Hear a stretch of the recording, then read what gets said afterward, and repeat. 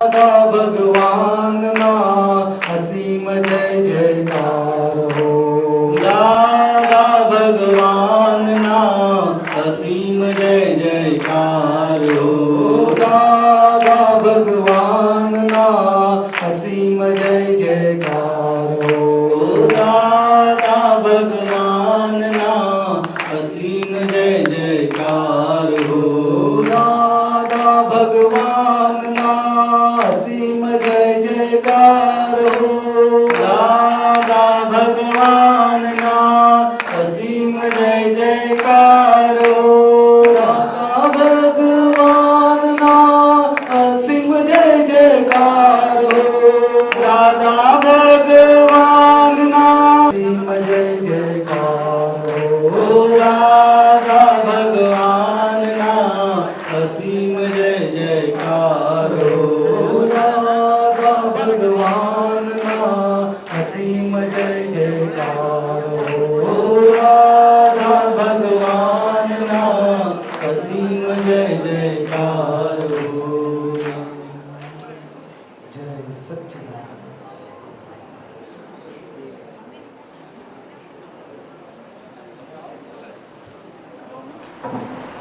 की प्रगट प्रत्यक्ष अक्रम विज्ञानी आत्म अनुभवी ज्ञानी पुरुष के प्रत्यक्ष दर्शन का लाभ अपने को सुलभ हुआ है। मोक्ष तो दुर्लभ नहीं है, मोक्ष दाता दुर्लभ है। ये दुष्म काल है, पंचम आ रहा है, उसमें मोक्षदाता अक्रम विज्ञानी ज्ञानी पुरुष का प्रत्यक्ष योग वो दुर्लभ है। वो ऐसा शुद्धतम संयोग है कि जो संयोग का अगर हम सही अर्थ में लाभ ले तो अपने को सभी जो जितने जितने बंधन हैं, कौन से बंधन हैं कि परिवार में 5 सदस्य हो और शाम को हम बैठे तो एक दूसरे में 25 मतभेद होते हैं। होते हैं कि नहीं? मनभेद होते हैं कि नहीं? जहां जहां मनभेद है वहां वहां बंधन है। और सबसे बड़ा दुख कोई भी होता तो बंधन का है। तो मतभेद है, मनभेद है, एक दूसरे के साथ टकराव है, भीतर से घर्षण है, सदमस्त अवस्था में राग है, द्वेष है, हूँ है, मेरा है, अठाग्रह है, दुराग्रह है, कदाग्रह है, मताग्रह है, ये सब आग्रह, ये सब बंधन है और दुखदायी है। तो ज्ञानी पुरुष के पास ये सब बंधनों से कैसे आसानी से मुक्ति मिले। क्या आसानी से मुक्ति मिले? अपने में ये दुष्म काल में ऐसी ताकत नहीं है कि स्वयं मोक्ष प्राप्त कर सके। मोक्ष माने व्यवहार सही, क्या व्यवहार सही, अपना जो रोज बरोज का व्यवहार है वो व्यवहार तो जैसी तरह पूर्व के लेन देन और ऋणानुबंध से जो जुटा हुआ है वो व्यवहार में बिल्कुल आज हरकत आएगी नहीं। उल्टा व्यवहार इतना आदर्शमय हो जाएगा कि सारा जगत वो व्यवहार देख के बुरी तरह से प्रसन्न हो जाएंगे। और व्यवहार से अपने भीतर आत्मीय सनातन सुख का अनुभव यही क्षेत्र में क्या यही क्षेत्र में सभी लेन देन के हिसाब के साथ होगा। वो ज्ञानी पुरुष है, वो शीशा, आईना, मिरर, दर्पण कहते हैं, ऐसे है। कैसे है? दर्पण जैसे है। दर्पण के सामने अगर हम जाए तो क्या होता है? अपना ही दर्शन दर्पण में होता है कि नहीं? क्यों ऐसा होता है? दर्पण में ऐसी निर्मलता है। क्या है? निर्मलता है। शास्त्रों में भी जो आत्मा है, शुद्धात्मा है, इसकी स्थूल परिभाषा में जो सरखामणी की है वो दर्पण के साथ की है। ज्ञानी पुरुष दर्पण से लिखे हैं, उनके सामने जाते ही अपना निज स्वरूप का दर्शन होता है और सहजता से होता है। इसमें कोई मेहनत मजदूरी करनी पड़ती है नहीं। ऐसे प्रकार प्रत्यक्ष ज्ञानी पुरुष है कि जो परमात्मा है, ये देह है, फिर भी देहाध्यास बिल्कुल है नहीं।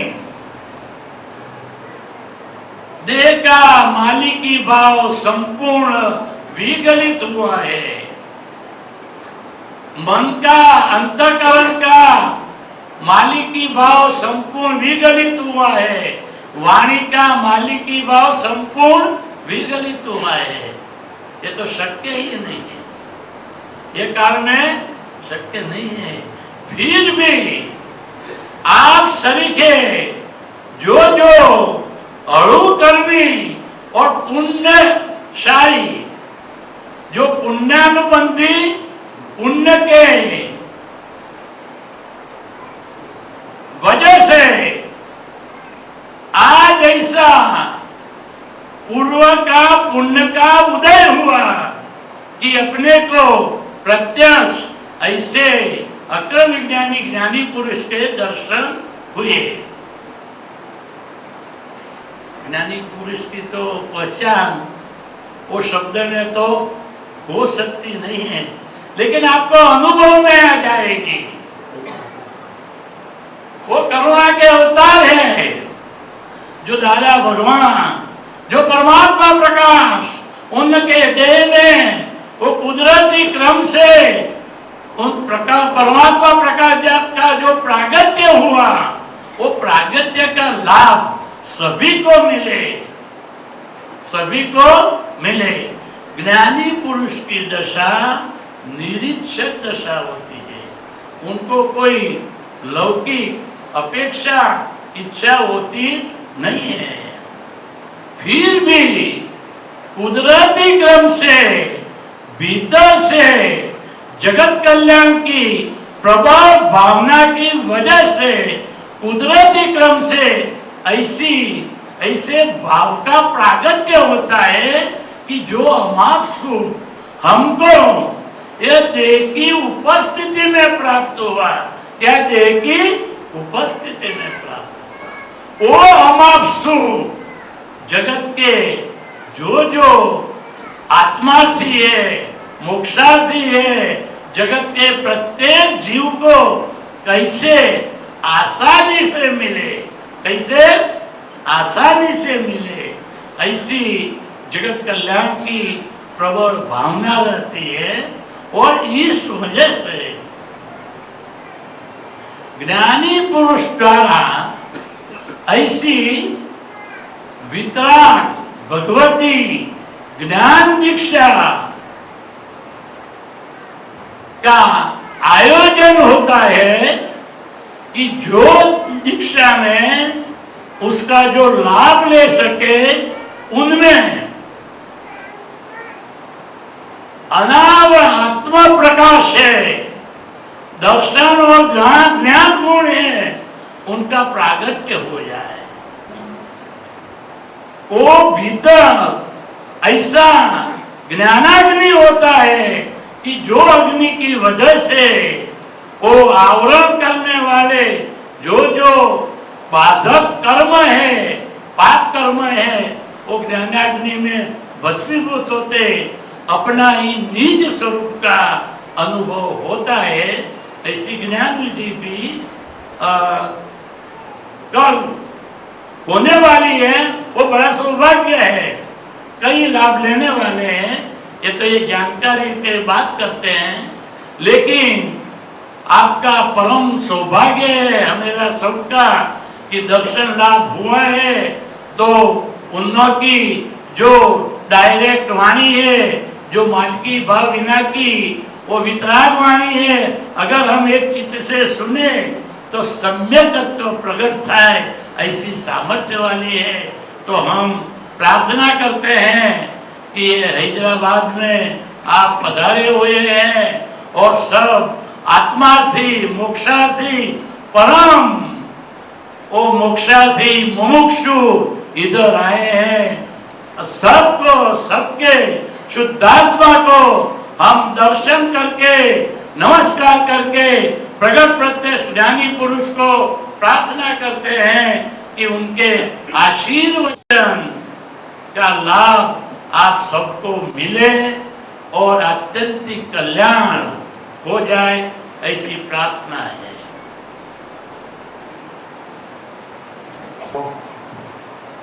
सारी मेरी सनातन भारतीय संस्कारिता का एक अनुपम सारा इतना बड़े भारत देश को एक रखे ऐसे जो सनातन मंत्र है, मंत्र वो तीन ही है। वो तीन मंत्रों की अनुपम शक्ति है, अद्भुत शक्ति है, अनंत शक्ति है उनमें। वो मंत्र बोल के चालू करेंगे। आप बोलेंगे नमो वितरागाय, नमो अरिहंताणम, नमो सिद्धाणम,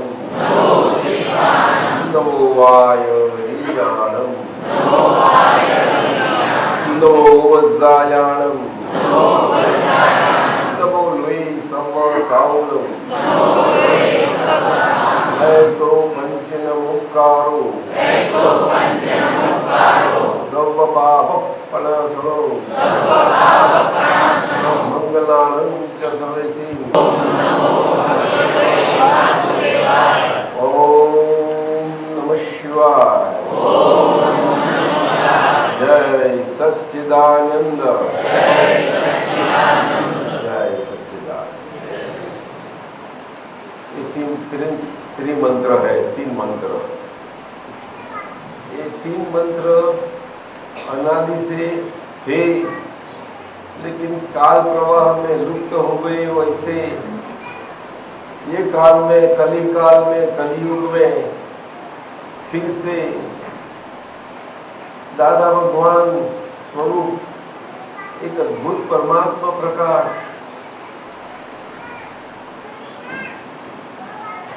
प्रकट होके अपने समक्ष ताजगी से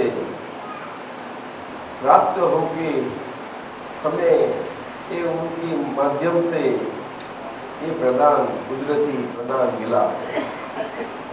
और फिर से ये तीन मंत्र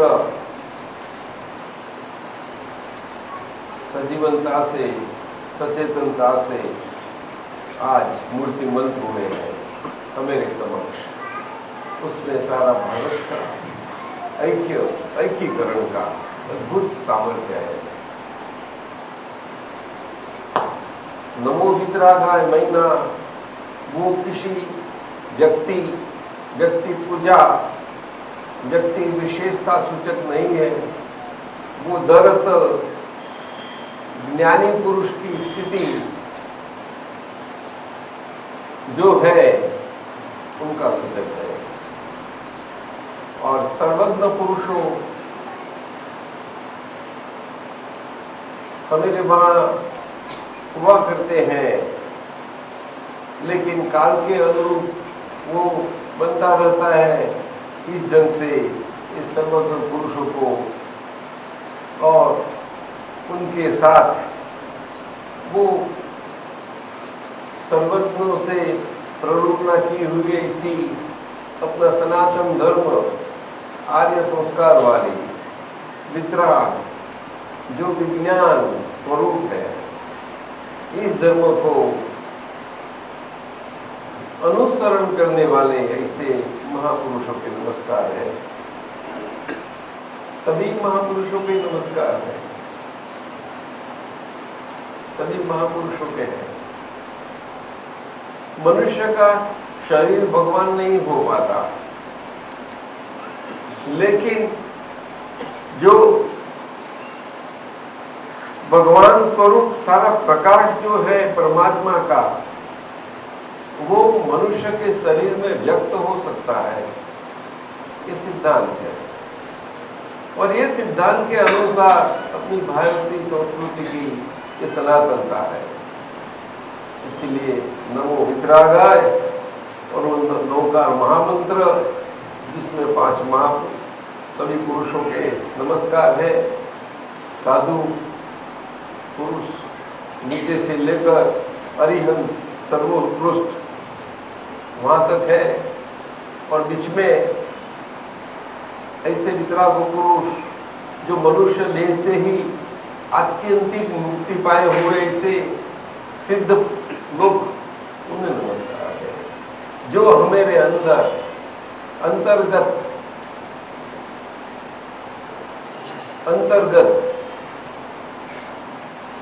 अप्रगट है, अप्रगट दशा में है। तो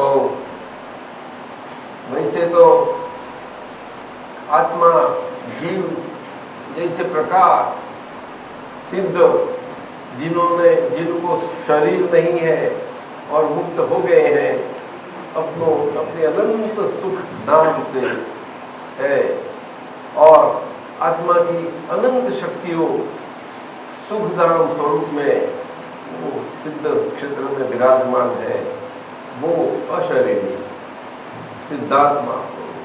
और बाकी अपने ब्रह्मांड में तीनों लोक में, और उसमें से सारे तीनों लोक की प्रमुख माला की वेद मणका सी ऐसी मनुष्य मृत्यु लोक की मनुष्य देह वो है, और वो भी मनुष्य देह जहाँ हमें पुनर्जन्म में मान्यता हमारे अंतर से जन्म से ही जन्मजात बनी रहती है, वैसे जन्म पाने वाले ऐसे लोग जिस भूमि में जन्म पाते हैं, ऐसी ये भूमि, इसलिए तो आर्य क्षेत्र बताए हुए। और उसके अलावा जहाँ पुनर्जन्म की मान्यता होने में बहुत दिक्कत है, नहीं अंदर जा ही नहीं सकती, वो नहीं जा सकती, ऐसे बाकी लोग। और आर्य महीना जो अभी संस्कारिता की भूमिका पर आने में देरी, जिन्हों को देरी है, इस ऐसे लोग ये अनार्य और कुछ नहीं है। लेकिन शब्द और शब्द की मायाजाल है, और शब्दों की मायाजाल में सभी कलयुग में बहुत घोटाला करने गए हैं। मनुष्य तो मनुष्य ही है सभी जगह, क्यों कि सभी में जो आत्मा और आत्म तत्व है, आत्म तत्व में कोई भेद नहीं है, लेकिन मनुष्य के प्रकार सभी सारे विश्व में जो है, जो भिन्न भिन्न प्रकार से है, वहां भेद है। वो भेद होने के कारण आत्म तत्व में भेद नहीं बनता, आत्म तत्व एक ही है सब। इसीलिए शास्त्रों में भी कहीं कहीं मान्यताओं के प्रकार बनते गए, कहीं कहीं प्रकार के। कई कई प्रकार से। ये हमारी भारत की है, तो 3 मंत्र में इतनी शक्ति रही है।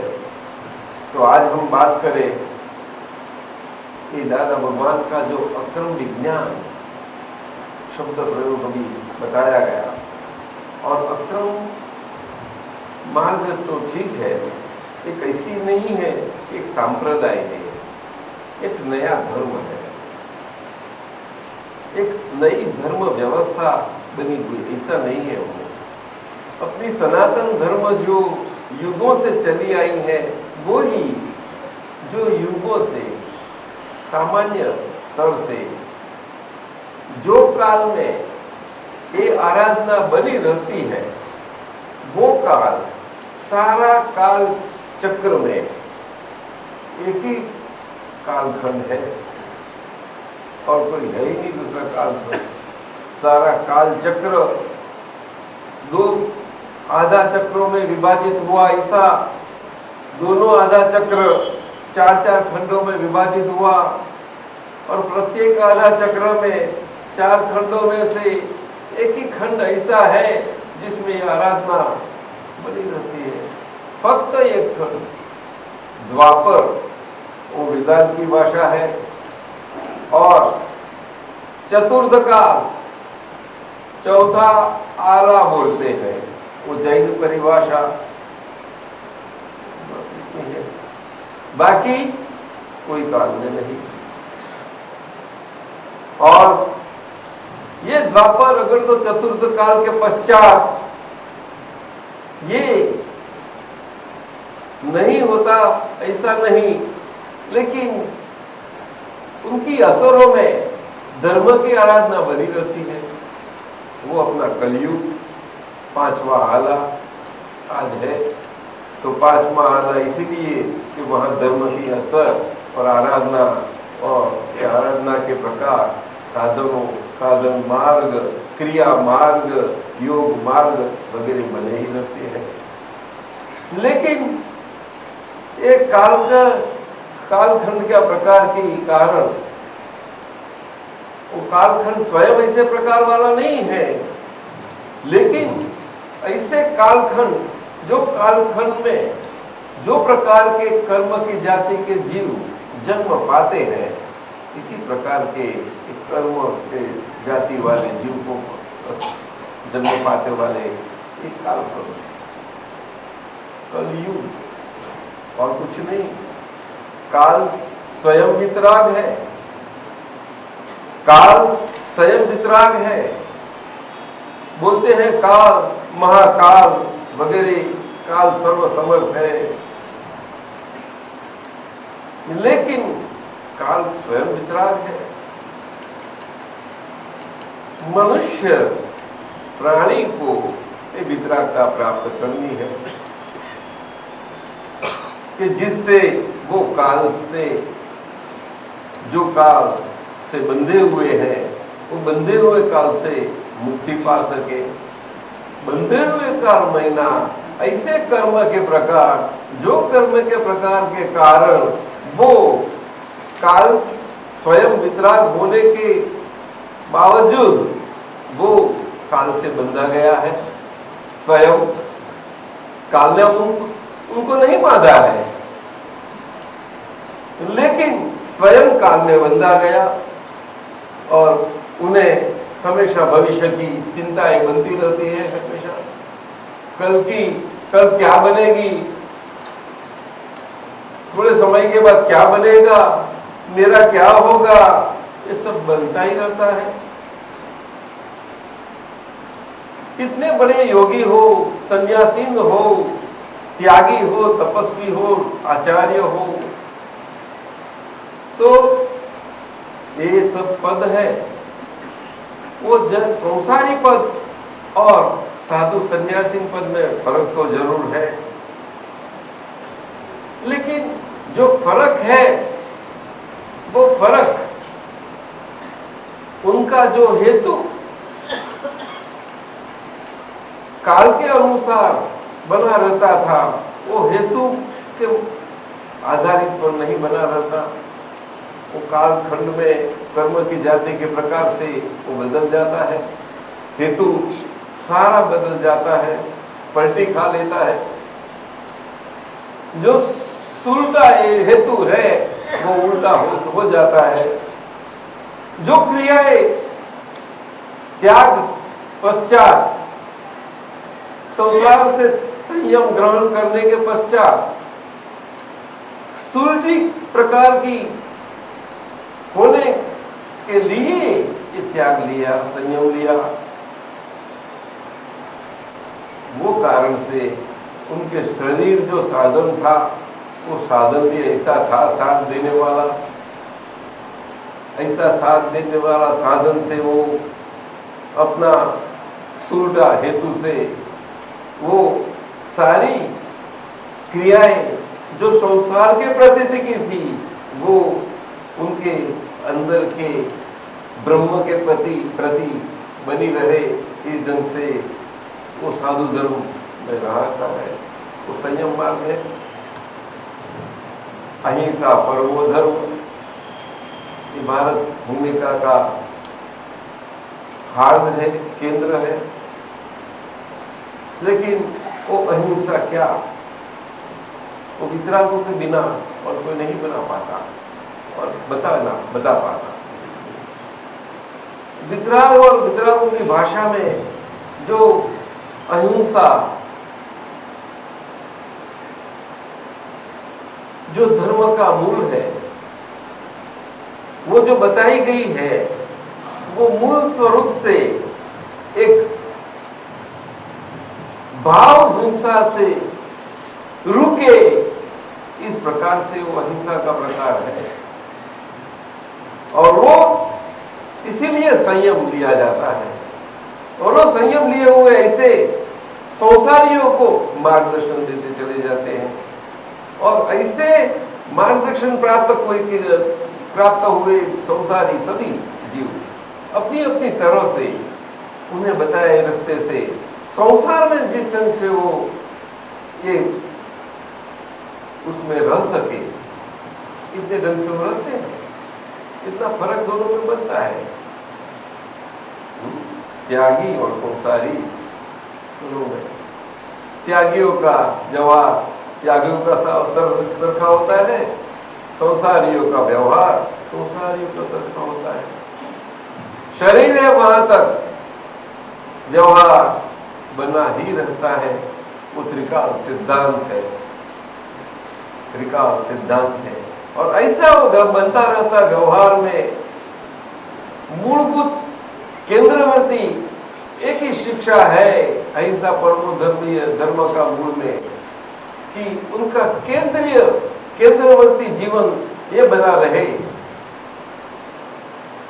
केंद्रवर्ती जीवन कि वो स्वयं आप खुद भाव हिंसा से स्वयं के भाव हिंसा से बचा रहता रहे, कि जिस प्रकार से ते उत्तम अहिंसा का उपासक रहे। अपने 5 महाव्रतों का उत्तम महाव्रत है और सभी महाव्रतों का वो सभी है। लेकिन आज एक कलयुग में महावीर भगवान ने एक 5वां महाव्रत रखना पड़ा। क्यों? काल बदला, कालखंड बदला तो रखना ही पड़ा। जो चतुर्थ कालखंड में न था वो यहाँ उन्हें सारी परिस्थिति समग्र ज्ञान में उनको दिखाई पड़ी। तभी ये समाज व्यवस्था में दुष्परिणाम आएंगे। इस कारण ये सभी उससे बचे, इसीलिए ये महाव्रत था। तो त्यागियों को बताया कि ये महाव्रत आपके लिए, और आप संसारियों को भी यही महाव्रत समझाइए। और त्यागियों को भी लिए तो महाव्रत है कौन सा? ब्रह्मचर्य। तो संसारियों के लिए कैसा बन सकता है? जरूर बन सकता है। ऐसा नहीं कि ब्रह्मचर्य व्रत त्यागियों का एक हक है, प्रोप्राइटरी हक है, नहीं, ये तो मनुष्य मात्र का है। तो विशेष त्यागी लिंग हो या संसारी लिंग हो, दोनों को अपनी अपनी ढंग से तरह से वो जरूर रहेगा। तो संसारियों को कैसा रहे? तो भगवान ने फरमाया कि एक पत्नी व्रत वो मन, वाणी और काया से जिसे है वो त्यागियों का ब्रह्मचर्य व्रत के समान है। ये विज्ञान कितना बड़ा होगा उसके पीछे, जसराज जी बताइए। ये भगवान ऐसे बोल सकते हैं? त्यागियों दोनों को, संसारियों को स्वामी जी साथ में रख सकते हैं? रखा जाता है? तो भगवान कैसे? स्त्रियों में चंदन बाड़ा को आचार्य का पदवी दान करते हैं, जिस समय में स्त्रियों को बिल्कुल अधिकार जो नहीं था, वहां पहला दिया उनको सबसे सही और सभी की अग्रसर, और वहां से वो पदवी साथ हो गई। वो राजवी घराने के थे, सर्वज्ञ पुरुष हुए और सर्वज्ञता प्राप्त होने के बाद, अरिहंत पद प्राप्त होने के बाद उन्होंने सारा 12 वर्ष की, सारे जैन समाज बोलता है, कठोर तपस्या की। एक तप और कष्ट महावीर अर्थात वर्धमान ने नहीं किया, उनको एक कष्ट नहीं हुआ। लेकिन जैन समाज समुद्र बोलते हैं, सारे साधु वर्ग और अपने श्रावक वर्ग दोनों, और भगवान ने यही सभी त्यागियों को फरमाया कि आप इस तरफ क्रिया में है। लेकिन वही तब क्रिया आज बाह्य क्रिया में बिल्कुल क्रिया कांड स्वरूप से बनी रहती गई। उसमें किसी का दोष नहीं, किसी का नहीं, काल में कर्म का प्रभाव। तो ऐसे समय में पांचवें आल में धर्म और आराधना तो है ही, तो कैसे की जाए? तो उसके लिए भी कुछ रास्ता तो होना। आज कोई ऐसे पुरुष कोई आने वाले नहीं है, एक नहीं, लेकिन सभी विश्व के धर्मों में सभी लोग मानते हैं तो फिरस्ता आएगा, कोई ये आएगा, प्रॉफिट आएगा, यहां बोलते अवतार बनेगा, वेदांत बोलता है कल की अवतार रहेगा, जैनों में भी है कि वैसे एक असंयत पूजा का काल ये आश्चर्य बनने वाला है। असंयत पूजा का काल वाला ये जैनों का शास्त्र का कथन है और महावीर भगवान उनकी दिव्य वाणी है। ये सारा कालखंड जो गया वो आश्चर्य का खंड था, और यही आश्चर्य आज कलयुग में कई कई प्रकार के, आज जैसे विज्ञान है और विज्ञान की कई कई प्रकार की इन्वेंशंस, शोध और सुख, बाह्य सुख और बाह्य सुख के जो साधन दिन ब दिन बढ़ते ही जाते हैं, और जिसको जैसे सुख की कमी ना हो बढ़ते ही जाते हैं। तो जैसे जैसे सुख के साधन बढ़ते जाते हैं, वैसे वैसे अंतर से सुख पाने के लिए जो अंतर से कुछ आना चाहिए, सुख के सुख लगे, उसमें क्या बोलता है, एक को क्या बोलते हैं हिंदी में, भरती और ज्वाला क्या बोलते हैं? नहीं, भाटा किसको बोलते हैं? पानी आता है उसको कि जाता है उसको? जाता है उसको क्या बोलते हैं? आता है उसको क्या बोलते हैं? ज्वार। और जाता है वो भाट। ये बन गए आज तो क्या करें, कलयुग है ना, कलयुग का काल है सब ना, क्या करें, दोस्त तो है ही नहीं। तो उसमें कुछ ऐसा आना तो चाहिए ना, कोई संदेशा तो आया, तेरी काली टोपी में आ गई,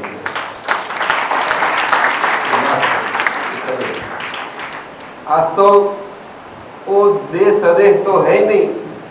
1988 में उनकी देह अवस्था से तो देह अवस्था ने विदाई ले ली, उन्होंने विदाई नहीं ली। उन्होंने फरमाया है कि हम ये आप माने कि हम जा रहे हैं, हम कहीं जा सकते नहीं, हम यहाँ आपके पास ही रहेंगे, सबके साथ रहेंगे और सबके अंदर। क्यों कि प्रगट एक आत्म तत्व के स्वरूप में, ऐसे सादे वेश में, संसारी वेश में, एज ए बिजनेसमैन वो बने रहे। और बचपन से ही सारा जीवन उनका इतना भाव हिंसा से, इतनी अपनी भाव हिंसा से संयमित बना रहा था कि उत्कृष्ट प्रकार की अहिंसा उनके सारा जीवन में बनती रही। वो मैंने देखी है। क्यों कि मैं उनके खोले में पला हूं। मेरा गौरव नहीं है, मुझे अभिमान नहीं है। आज तो लगता है कि मुझे लगता है कि मैं खोले में पला हूं, लेकिन वो काल गया, आज पछतावा हो रहा है कि जब थे गए तब तो मेरी आयु 58 साल की थी। वहां तक कहां गए थे कि परमात्मा के साथ है तुम। ये बच्चे अभी बोल रहे हैं, तो हमेशा एक सिद्धांत बना रहता है कि जब भी ऐसे योग भ्रष्ट और महान पुरुष देह के अंदर ऐसी व्यक्त दशा बनती है, वो सामान्य तरह से और तरीके से किसी को पहचान में आवे और किसी के लक्ष्य में बैठे, एक बहुत मुश्किल बात बन जाती है। ये सभी काल की ये समस्या रही है। ये महात्मा गांधी जी के आध्यात्मिक जो गाइड थे, गुरु जी सर थे, श्रीमद राजचंद्र जी, जो उनके हृदय में भी प्रस्थापित थे, जो करीब 125 साल के आगे यहाँ ही हो गए गुजरात के अंदर। श्रीमद राजचंद्र जी, उनका कथन है कि ज्ञानी पुरुष और ज्ञानी पुरुष की सारी चर्या और उनकी अंतर आचरणा, क्या बताया, अंतर आचरणा बोलते हैं। वो अंतर आचरणा सारी उनकी तपयोग होती है, वो बाहर किसी को मालूम नहीं पड़ती, कोई नहीं जानता। सामान्य मनुष्य की तरह रहते हैं। अगर ट्रेन में जाते हैं तो पैसेंजर ही होते हैं वो, कोई ऐसे नहीं जानते को ज्ञानी बैठे हैं, और वो भी कहीं ऐसे नहीं तो हम ज्ञानी है, ऐसा है नहीं। नहीं स्वामी जी, अगर बारात में गए तो हम बाराती है भाई, वो ज्ञानी ऐसा नहीं होता है ना, और जो उनको मानते हैं, उनके भक्ति में बोलते हैं, तो उनके सामने हम ज्ञानी हैं। भगवान की भी मेरा ऊपरी नहीं हो सकता। भगवान आपका स्वरूप है और ये मेरा स्वरूप है। ये शरीर के अंदर व्यक्त हुए हैं वो 14 लोगों के नाथ, 3 लोग के नाथ। ऐसे शरीर में जो व्यक्त हुआ वो शरीर सामान्य सा होता है। तो ये अपनी सनातन सिद्धांत है कि ऐसे पुरुषों के ऐसे शरीर हमेशा असामान्य सामान्य होते हैं। मनुष्य की नजर में तुम आएंगे ही नहीं हो, इसीलिए सामान्यपन से तो चले जाते, किसी को मालूम भी नहीं पड़ता। ऐसे असामान्य, ऐसी असमान्यता साहब। आप तो बड़े पढ़े, खूब शास्त्र पढ़े हैं आपने, कड़ी कड़ी साधना हो गई है। हमें डॉक्टर जेपी अमीन साहब बचपन से कितनी साधना की थी आपने? थोड़ी सी। वो सभी प्रकार की जो प्रचलित और गुप्त है, सभी प्रकार की साधनाएं करने के बाद जब 1974 में 74 में दादा भगवान की कृपा दृष्टि हुई, उनका प्रत्यक्ष योग प्राप्त हुआ, तब सब साधनाओं का जो परिणाम आना चाहिए, प्रत्यक्ष ज्ञानी पुरुष का प्रत्यक्ष योग हुआ है, तो आप प्राप्त करो। ऐसी हमेरी अंतर्यामी परमात्मा दादा भगवान की जो संयति वेश में, असंयति वेश में वो आश्चर्य है, और व्यवहार सहित मोक्ष है, वो भी अपवाद और आश्चर्य है। और आज अपना परम सौभाग्य है कि यह व्यवहार सहित मोक्ष किसी भी प्रकार की मेहनत मजदूरी बाह्य क्रिया किए बिना सिर्फ कृपा से मिलता है, और उनका सभी को इन सबका अनुभव है। इसलिए सब बंबई से इधर आके आपके जो रिश्तेदार हैं वो 3, 4, 5 दिन, 1 महीने अगौ से भावना बजते बजते हमको जैसा सुख मिला ज्ञानी पुरुष की कृपा से, वो हमारे जितने हैदराबाद में रिश्तेदार हैं सभी को कैसा मिले उसके प्रयत्न में लगे हुए थे, और आज वो साफल्य प्राप्त हुआ।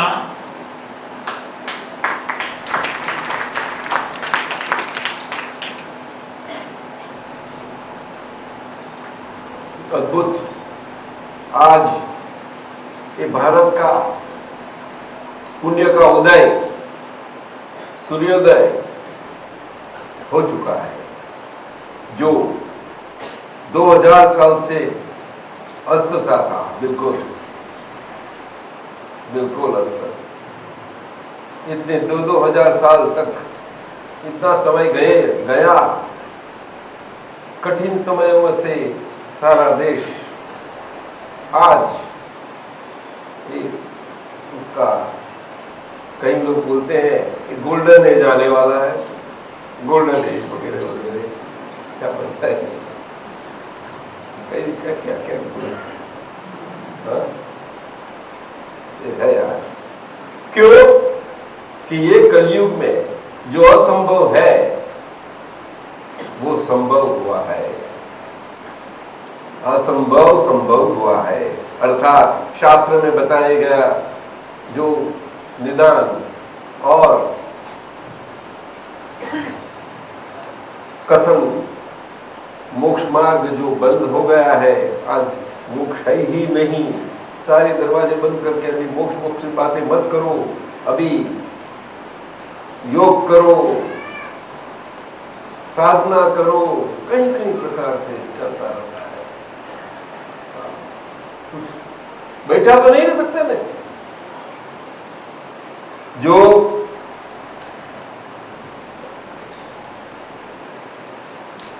अपना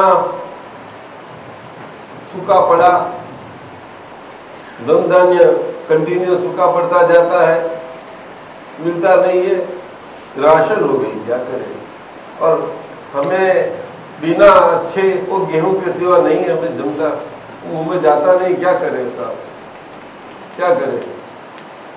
तो क्या भूखा रहे, वो रेशन करना होगा, लेकिन थोड़े 5 साल ले नहीं से ना ऐसे, अभी तू साथ में खा करना तो पड़ेगा, खाना तो पड़ेगा, नहीं क्या करेगा।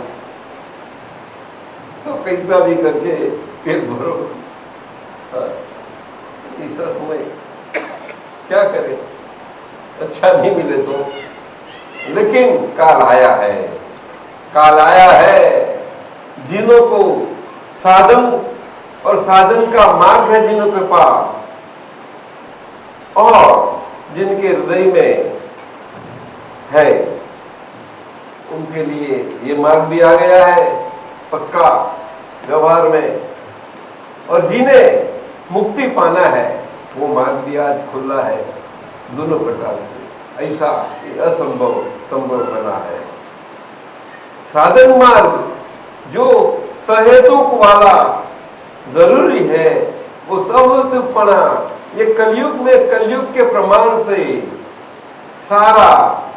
सारी अपनी सनातनता का पूरा समान समेत अच्छी ढंग से आज ये दादा भगवान के माध्यम से बड़ा अच्छी ढंग से निकला है। सारा व्यवहार मान वो भी विज्ञान स्वरूप से। आज पढ़े लिखे बच्चे पूछे आरती ये करो, ये देव देवियां वगैरह करो, तो कोई पढ़े लिखे बच्चे तो पूछते हैं कि करते हैं, जरूर आप बोलते हैं। तो आज की पीढ़ी इतना आसानी से नहीं करेंगे, तो पूछेंगे उसका मतलब, उसका अर्थ, और हमें समझ में बैठे तो हम जरूर करेंगे, लेकिन हमें समझाओ उसका उसके क्या है और इतनी भिन्नता क्यों है। स्वामी जी गलती है, भिन्नता क्यों है पूछना लगेंगे, क्यों भिन्नता करते हैं। क्या सन्यासियों के लिए तो सबको दूसरे को नहीं जानता है भिन्नता। जीवन तो है सबके पास, खाली जाने तो सही, भले संसार में रहे। तो संसारियों को मार्गदर्शन देने वाले के पास ये मार्गदर्शन होना जरूरी है कि मार्गदर्शन सही दे। बस यही बात बनी।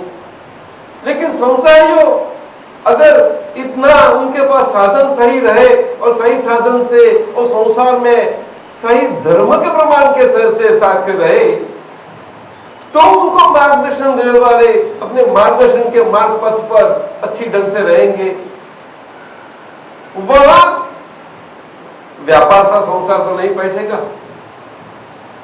लेकिन आज दुख की बात बन जाती है, बहुत दुख की बात।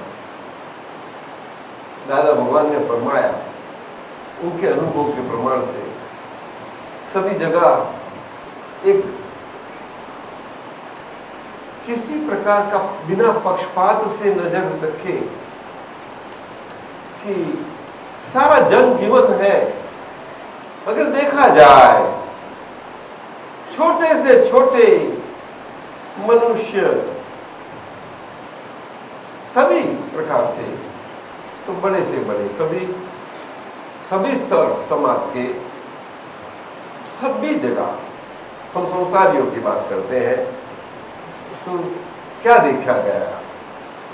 तो आज उनके जीवन रूपी व्यापार में, जीवन रूपी व्यापार जो है उसमें धर्म ही नहीं है।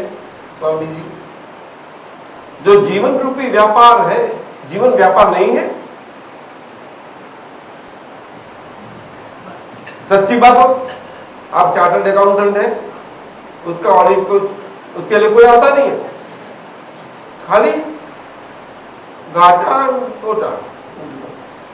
मेरा घाटा कैसा तो मुनाफा बन जाए इस पर दिखाओगे।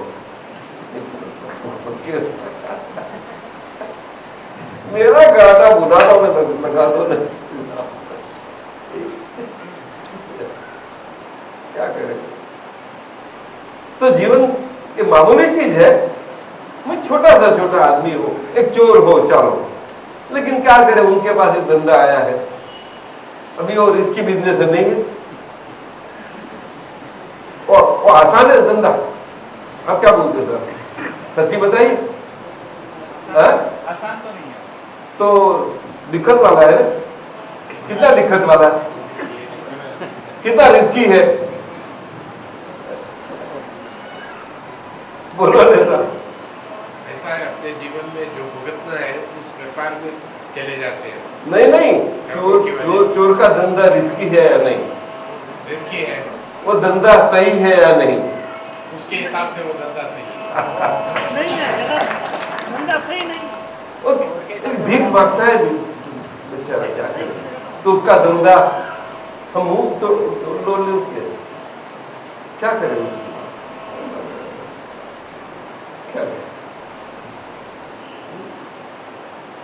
वो दोनों शादी किए हुए वो खींचते जाते हैं, वजन खींच के।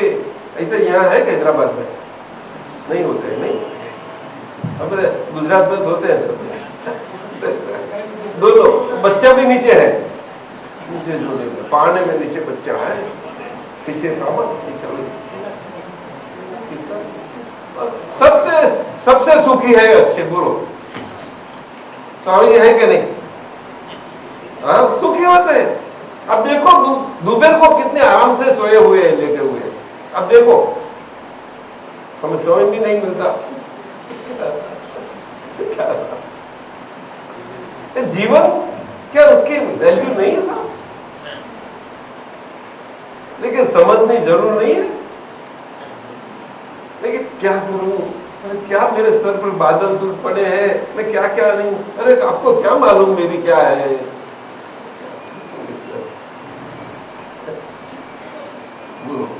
धर्म कम करते हैं लोग, मंदिर में कम जाते हैं, कथा वार्ता कम सुनते हैं। सुनते समय तो जैसे ऐसे है कि घर भी भूल जाते हैं, सब कुछ भूल जाते हैं। कितनी अच्छाइयां की साहब।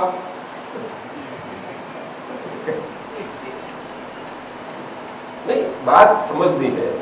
तो दादा भगवान ने फरमाया व्यापार में धर्म होना, लेकिन धर्म में व्यापार नहीं चलता। ठीक है स्वामी जी, व्यापार में धर्म होना, लेकिन धर्म में व्यापार नहीं चलता। इस ढंग से मार्गदर्शक और मार्गदर्शन पाने वाले दोनों की कितनी अच्छी सुमेल हो गई। जनजीवन सारा पूरा ऊपर से नीचे तक कितना अच्छा होता है। लेकिन तो बात तो है कैसा बने।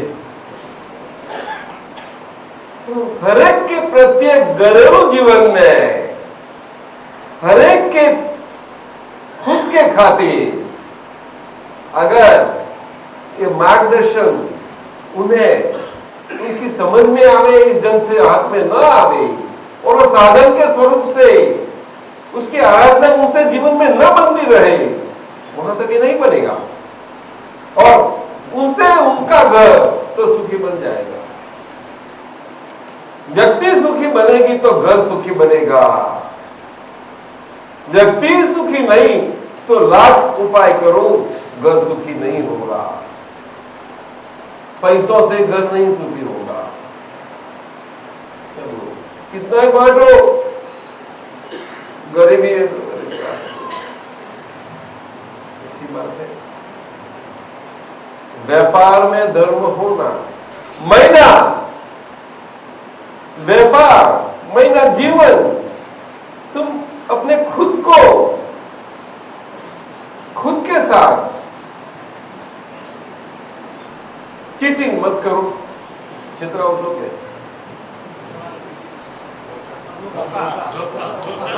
खुद को धोखा मत दो। इतना तो करो, वहां तक तो समझो। दूसरों की बात करते रहते हो और खुद की तो कोई जरूरत मालूम ही नहीं किसको। ये लोग ऐसे करते, ऐसे करते, सब करते, ये करते, वो करते। क्या जैसा मॉर्गेज का देख कर क्या सब मॉर्गेज हो गए हैं, सब बोलते नहीं। क्या बोलते, ऐसी बात है। एक छोटा सा प्रश्न मैं करूंगा बीच में। जरूर बोलो, जरूर बोलो। आपने अभी अभी फरमाया कि पैसे से आदमी सुखी नहीं होता है। ना ऐसा नहीं, मैं बोलना नहीं, थोड़ा सा जो मैं समझाऊं कि सिर्फ पैसे से आदमी सुखी नहीं होता है, लेकिन आज के इस अर्थ प्रधान युग में अगर पैसा न हो तो आदमी, मैं समझता हूं कि पूर्ण सुखी नहीं हो सकता है। वो बात अलग है, ये बात अलग कही। उसमें ऐसा नहीं बताया एक पक्ष से कि भाई पैसा से, ऐसा में नहीं बोलता। लक्ष्मी को खुद आदर करते हैं, इसीलिए तो लक्ष्मी का स्थान रखा कि व्यापार में धर्म होना चाहिए। व्यापार क्या चीज है? आप जवाब, बिना लक्ष्मी व्यापार है कहां भी? और बिना लक्ष्मी जीवन है किसी का? सब सीधी बात हो गई। लेकिन धर्म के समेत है, बताइए सच्चा है? आप ज्यादा टैक्स नहीं भरो, लेकिन थोड़ा तो भरो।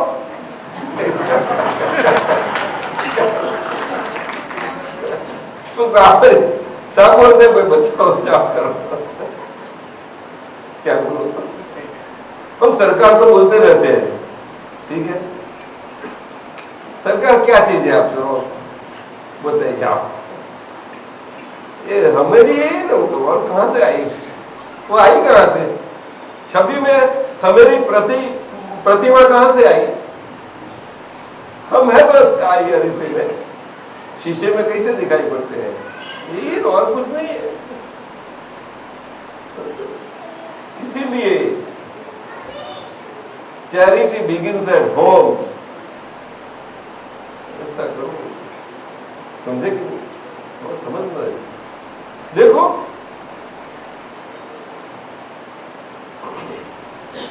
भगवान के समय भागवत में ऋषभदेव जी का उल्लेख है, अपना जैन दर्शन में तो सभी में आप जानते हैं कि ऋषभदेव जी प्रथम तीर्थंकर है, आदिम, तो उनकी उपवास तप काल, तपस्या काल के पश्चात और पारणा का समय जो बनता है, तो पारणा कैसा बनता है, उसमें वो पारणा तो समाज तो था, तभी भी था, समाज में कोई जानता नहीं था पारणा कैसा किया, क्या कोई जानता ही नहीं था। तब घरेलू घर में से ही ये दृष्टांत स्वरूप हुआ, बोलो दृष्टांत स्वरूप बना। सो दान और दान की महिमा और उनकी प्रवाह इस ढंग से, इसीलिए वो कहावत है चैरिटी बिगिंस एट होम, हम दूसरे बाहर करते गए और यहाँ खाली है, इसमें चलता है। आपको क्या लगता है, ये नहीं चलता है तो आप समझे नहीं, बना बिना सेल्फ इंटरेस्ट, कोई दूसरों की इंटरेस्ट का संभाल नहीं कर सकता। ख्याल करो,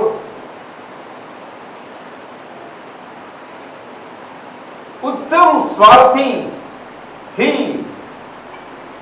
उत्तम अर्थी है, ये सनातन सिद्धांत है भारत का। ये वितराग पुरुष लोग सब स्वार्थी थे, वो तो उत्कृष्ट स्वार्थी थे। स्वार्थी महीना स्वार्थी, क्या बताया, वही दूसरों का सच्चा अर्थी होता है। उनके हृदय में जीव मात्र का कल्याण और कल्याण की हमेशा स्रोत बही रहती है उसके उनके अंदर से, उनको कुछ करता नहीं पड़ता, बना ही रहता है। सूर्य नारायण को अपने खुद मेहनत नहीं करनी पड़ती और कितना जीवन बना रहता है। देखो आप, देखो बोलते हैं गरम गोला है, साइंस की अपनी मर्यादा में ठीक है, लेकिन मर्यादा में हो तब, अगर मर्यादा के बाहर गया तो पॉइजन हो जाता है, साहब होता है कि नहीं, ये तो सिद्धांत है, वो सिद्धांत है। जो घी शरीर को इतना तेज देता है, वजस देता है, वही वो वजस खींच भी सकता है। अगर वही घी का उल्टा प्रयोग हुआ तो पानी के साथ ऐसा है, पानी रख के देखो। लेकिन आज एक काल में सबको इतनी जिज्ञासा, उल्टी सी जिज्ञासा, उल्टी ही जिज्ञासा चाहिए। अगर मैं सुखी रहा और मैं सुखी बना तो मेरे आसपास वाले कोई दूसरा नजदीक का है, वो भी उसको सुख का महसूस ही होगी, अगर मैं ही सुखी हो तो, नहीं तो दूसरे को कैसे महसूस होगी। मुझे ऐसा बोल रखने का भावना रखने की जरूरत नहीं है मैं दूसरे को सुखी करूं, तू तेरे देखने के तू सुखी है कि नहीं, है क्या नहीं? ये साधना है साहब, ये धर्म है, ये धर्म आराधन है कि नहीं? धर्म आराधन ये है। पूछो साहब एक प्रश्न। जरूर पूछो, आप पूछते रहो, मुझे बुलाते मत रहो। अगर कम बोला हो तो मुझे बहुत आनंद रहेगा। अभी थोड़ी देर पहले आपने फरमाया था वो ऐसा करता है, वो ऐसा करता है, वो ऐसा करता है। आदमी स्वयं को नहीं देखता, दूसरों को देखता है। उसके स्वभाव में जो ये बात रहती है, क्या स्वयं का स्वभाव बदला जा सकता है? मैं आपसे ये पूछना चाहता हूँ। देखिए, बस जरूर, आप मैं समझ गया आपका प्रश्न। स्वभाव महीना वृत्ति, क्या बताया? वृत्ति समझते हैं आप? वृत्ति एक ऐसी चीज है शरीर के अंदर, हर एक शरीर के अंदर अपनी अपनी बनी रहती है और अपनी अपनी वृत्तियों से हर एक बना हुआ है अपना जीवन से, और इसी ढंग से वही हर एक अपनी अपनी वृत्तियों के प्रमाण से रहता है। वो वृत्ति ऐसे हो गई है कि वो बहिर्मुखी वृत्ति है। कैसी है? उनका मुख उल्टा है, उल्टा। कैसा है? उल्टा मुंह वाली। और वो मालूम ही नहीं मुझे, तो मैं क्या करूं? मुझे इतना तो मालूम होना चाहिए कि मेरी वृत्ति वो अंतर्मुख स्वरूप होके मेरे तरफ होनी जरूरी है, केंद्रित।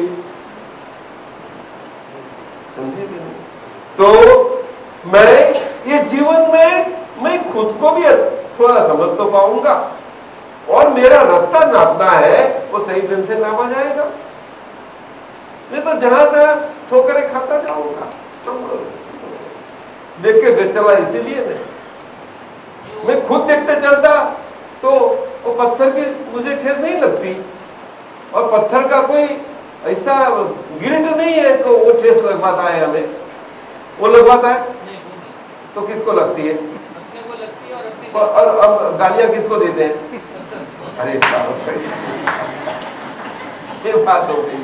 तो ये पत्थर तो पत्थर है, लेकिन ये सब जीवती मूर्तियां हैं ना, ऐसी है साहब। तुम वहां संभालो, संभालो, यह अंतर आ गया, ये धर्म आ गया। नहीं समझे?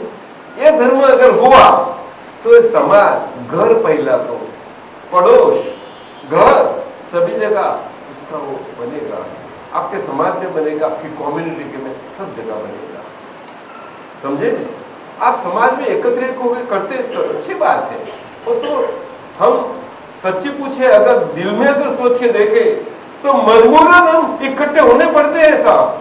क्यों? हैदराबाद में है, राजस्थान से आके आए, हमारा राजस्थान छोड़ के आए हैं, बहुत मेहनती लोग, कष्ट बहुत पाया है ना राजस्थान में। तो आपने कहाँ पाया है? तो आपने तो कितनी जनरेशन में आपने तो देखा ही नहीं कुछ, तो देखा है? आज 50 साल के आगे क्या मालूम है आपको? है?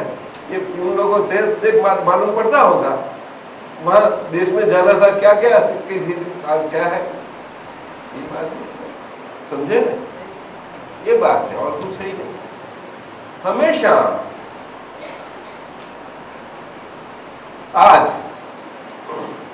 हम कथा वार्ता धर्म जो जिसको बोलते हैं, वो सांप्रदायिक दृष्टि से जो बना रहता है वो भले बना रहे, लेकिन वहां मार्गदर्शन सही होना बहुत जरूरी है। उस सांप्रदायिक दृष्टि का मतलब ये ना हो को विभाजितता होती जा रही है, बिल्कुल नहीं। क्यों? साधु समाज हो, कोई भी हो, किसी भी ढंग से हो, विभाजित पड़े क्यों? नहीं हुआ, कभी भी नहीं। साधु शब्द बहुत पवित्र है सर। साधु शब्द सामान्य नहीं है, पवित्र शब्द है, और उनकी पवित्रता बनी रहे बहुत जरूरी है, बहुत जरूरी है। उनकी पवित्रता इतनी है कि वो बोलते, चालते, फिरते, वस्तु चीज लेते, रखते, इतनी उनकी अलर्टनेस बनी रहती है। वो साधु पुरुष है, उसका एक एक शब्द में इतना जोखिम पड़ा है, कई लोग उससे होते हैं। तो साधु धर्म के सामान आसान बात नहीं। धर्म क्या है? हाँ जी, धर्म क्या है? धर्म क्या है? धर्म वो चीज है जो हमें कभी गिरने नहीं देता।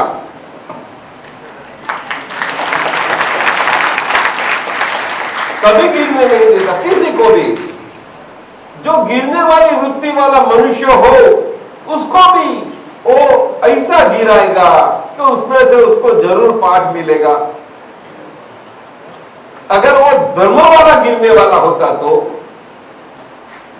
रावण सा रावण था उसके समय, राम के समय, वो धर्म वाला था। सारा भारत क्या आज करता है? बहुत अच्छा धर्म वाला था साहब, और वो भी ऐसा वैसा धर्म वाला नहीं था। उसके पास विज्ञान से वो धर्म पालता था, विज्ञान से, पूरा विज्ञान था उसके पास, समझे? वो अंधश्रद्धा से धर्म नहीं दे पाता था। धर्म की परिभाषा दीजिए जी, धर्म की परिभाषा। क्या धर्म की परिभाषा? डेफिनेशन। धर्म की परिभाषा ये है कि जीवन रचनात्मक बना रहे, खुद का और खुद के कारण से घरों में और सभी समाज में उसका वाइब्रेशंस ऐसे बनते रहे। वाइब्रेशंस मालूम है ना आपको? वाइब्रेशंस मालूम है कि नहीं? क्या बोलूं? आंदोलन, आंदोलन। वो आंदोलन बोलने से, क्रिया से नहीं बनते, समझ लो आप। आंदोलन तो ऐसा अंदर एक स्टेशन सर का है, बहुत एक स्टेशन आंदोलन भेजता ही रहता है हमेशा, प्रत्येक मनुष्य का। बहुत पावरफुल वो ट्रांसमीटर है, बहुत पावरफुल, एक एक मनुष्य। आपको समझ में आता है? आता है? एक व्यक्ति, 2 गुलाब के छोड़ है प्लांट, उसके पर 2 व्यक्ति अलग अलग प्रकार की विचारों की धाराओं के आंदोलन उसके पर उनके रहते हैं। इनके एक के सृजनात्मक है, उसको पौधे पोषणात्मक है, और दूसरा उसको विसर्जनात्मक है। तो ये जो खिलेगा गुलाब का प्लांट बहुत अच्छा सर्जनात्मक, और वो इतना ही सरखा है फिर भी वो बिल्कुल टूट जाएगा। देखो, उसने कुछ किया नहीं है, तो होगा। तो प्रयोग से सिद्ध किया जाता है। तो मनुष्य प्राणी से क्या क्या नहीं बनता, बोलो? समझ में आता है मेरा बात? ये इसको धर्म ही है। वैसा नहीं है शिव धर्म, विष्णु धर्म, जैन धर्म, धर्म का वही बरोबर है। धर्म की परिभाषा चाहिए, नहीं, क्योंकि अलग अलग शब्द में धर्म अलग अलग यूज हो जाता है। तो गलत हरकत नहीं है, लेकिन वो समझने की जरूर है। ऐसा बोलते हैं आप वैष्णव हो तो भले हो, लेकिन उत्तम वैष्णव बनो, इतना बोलना आप समझे कि नहीं? एक उत्तम वैष्णव होने के नाते फिर भी आप उत्तम भारतीय नहीं बन सकते, बोलो ने? यही बात है। तो धर्म, उत्तम वैष्णव होने के नाते आप एक उत्तम भारतीय बनते हैं, तो एक उत्तम शिव कैसा भी हो उसको अनादर नहीं करेंगे, करेंगे शिव वाला को, बोलो ने? जैनी वाला है उसको अनादर करेंगे। एक ब्राह्मण है, वो जैनी को बोलेगा आप जैनी है, जैनी है वो ब्राह्मण को ब्राह्मण है। ऐसा कैसा हो सकता है? उसको धर्म बोलते हैं? बोलिए ना, उसको धर्म बोला जाएगा? धर्म इसको बोला जाएगा कि एक ही धरती पर, एक ही धरती के, एक ही मान्यता वाले, पुनर्जन्म की मान्यता वाले, अलग अलग पंथ वाले हैं, फिर भी पुनर्जन्म की मान्यता को दोनों की सही है कि नहीं? बोलो, है कि नहीं? हाँ, अरे मानते तो है ना कि जैसे करेंगे वैसे भरेंगे। बोलो ना, बोलते नहीं आप। मान्यता तो है पुनर्जन्म की, करनी वैसी भरनी, वो तो सबको मालूम, इसको धर्म बोलते हैं। तो ऐसी करनी करो कि ये भरनी अपना सुख देने वाली हो।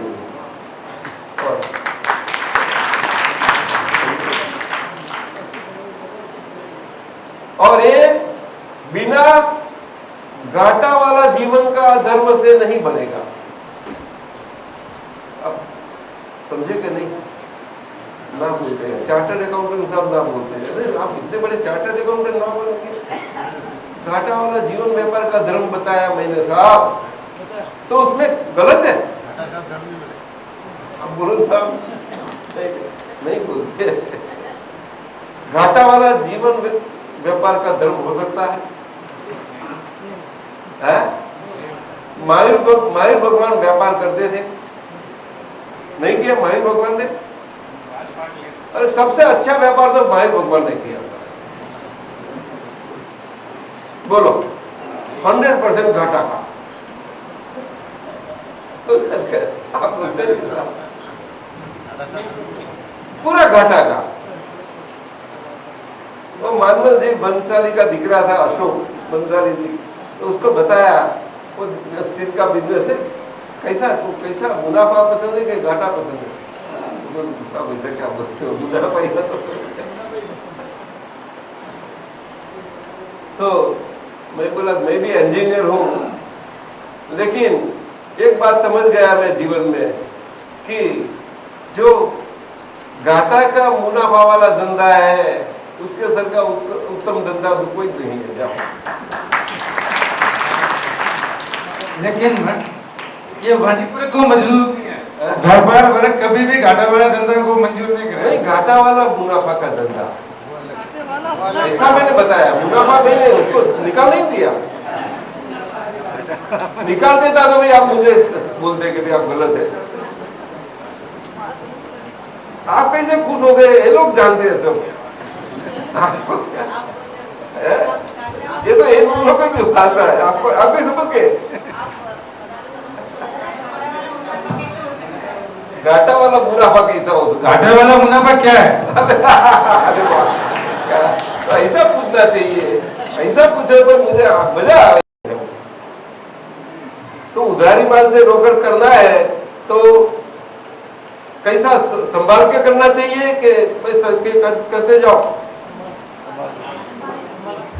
उधारी वाला माल से धंधा करना है ना। पर वो बोलते हैं उधारी तो अच्छी है, उधारी में क्या है? तो जीवन ही उधारी है पूरा। तो पहला अब क्या नाम?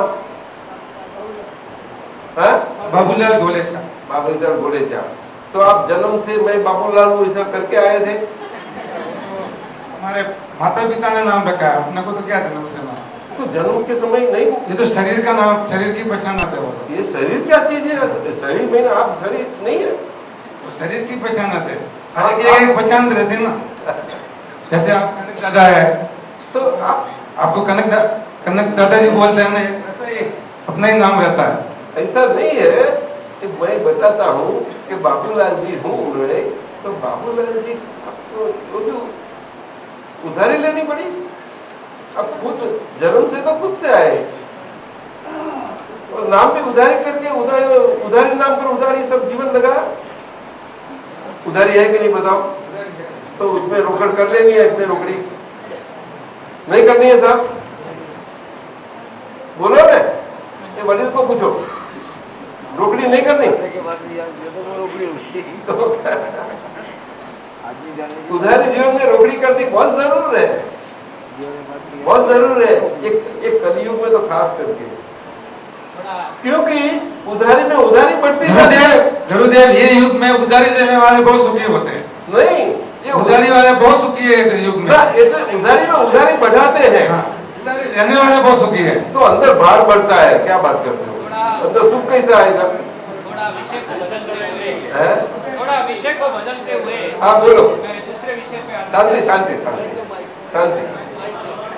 साहब पूछते हैं कुछ, अब विषय चेंज करोगे। मन और आत्मा में क्या फर्क है? मन अलग चीज है, आत्मा अलग चीज है, तो थोड़ा हमें आप समझाइए। जैसे कोई भी बुरे विचार मन में आते हैं तो उसका बाद में शरीर पे प्रभाव पड़ता है। कोई भी बुरे विचार जो मन में आते हैं उसका बाद में शरीर पे प्रभाव पड़ता है, और जबकि आत्मा है, आत्मा का कोई तरह के प्रभाव शरीर पे होता है या नहीं होता, तो मन और आत्मा में क्या भेद है उसके बारे में आप थोड़ा बताइए। ठीक है।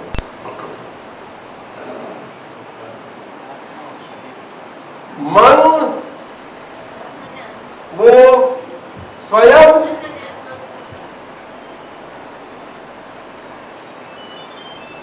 व्यवहार आत्मा है, अर्थात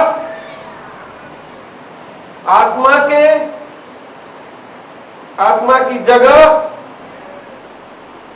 एक सत्ता पाया हुआ आत्मसत्ता वाला, ऐसी स्थिति वाला मन वो व्यवहार में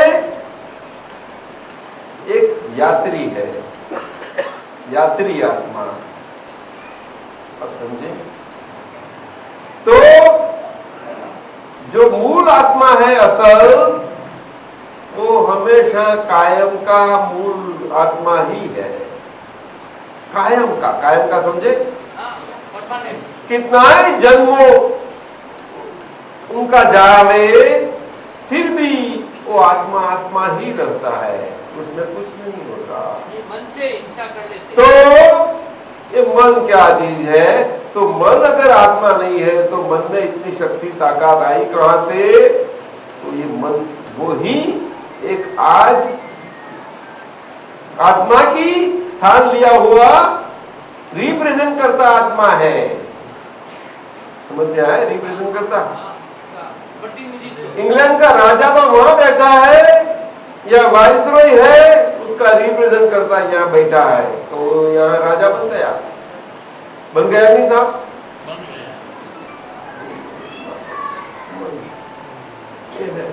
इसीलिए सभी शास्त्रों में और धर्मों में, सभी धर्मों में, सभी धर्मों, कोई धर्म में नहीं बताया गया ऐसा नहीं कि मन वो ही सब कुछ है। मन वही संसार में भटकने का कारण है, और मन से अगर मुक्ति पा ली तो आप असल आपकी मुक्ति पा ली, अर्थात आपका आत्मस्वरूप प्राप्ति से आपने मुक्ति पा ली, और उस तब आप मन से मुक्त हो गए। मन से मुक्त हो उसका मतलब ये नहीं रहा कि मन चला गया। अब समझे? शरीर नहीं, वही महीना शरीर है वहां तक, क्या बताया? मुक्ति के बाद, समझे? लेकिन वो मन का मालिकी पर नहीं रहा, उनके मालिकी पर से छुटकारा पा लिया, उसको छुटकारा बोलते हैं, मुक्ति बोलते हैं। और वही मुक्ति मोक्ष मार्ग प्रदान की प्राथमिक भूमिका है। अभी समझे आप? उसको प्राथमिक मुक्ति बोलते हैं, उसको बीज मुक्ति बोलते हैं। बीज समझते हैं? और बीज में से परिणाम आता है, वो आत्यंतिक मुक्ति। बीज मुक्ति मिलते ही वो पूरा परिणाम आपको आप आ जाता है। वहां कोई करने पड़ता नहीं रहता, आसानी बन जाती है। आत्मा का स्वरूप क्या है? क्या वैज्ञानिक लोग आत्मा की खोज कर पाएंगे? पहला ये तो बात करे तो सब उल्टा हो जाएगा। ये बात बहुत जुदी हो गई आपकी, समझे ना?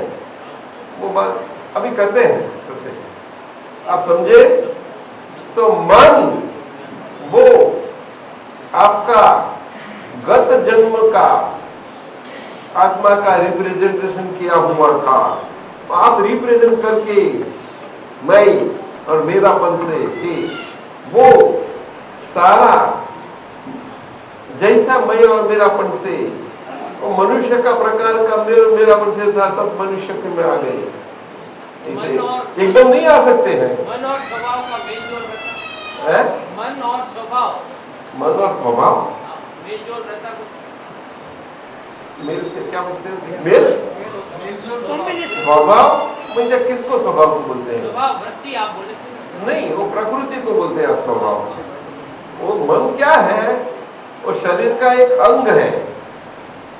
शरीर में उसका स्थान है। मन का स्थान शरीर के अंदर, हृदय के अंदर है। हृदय, उसको द्रव्य मन बोलते हैं। क्या बोलते हैं? द्रव्य मन महीना ये शरीर में जन्म पाया हुआ है। तो जो जन्म पाया हुआ सारे जन्म के दरमियान वो सारा अपना आगे जितना रिप्रेजेंटेशन हमने कर लिया था वो सारा रिप्रेजेंटेशन ये मन द्वारा द्रवित महीना खाली होता जाता रहता है।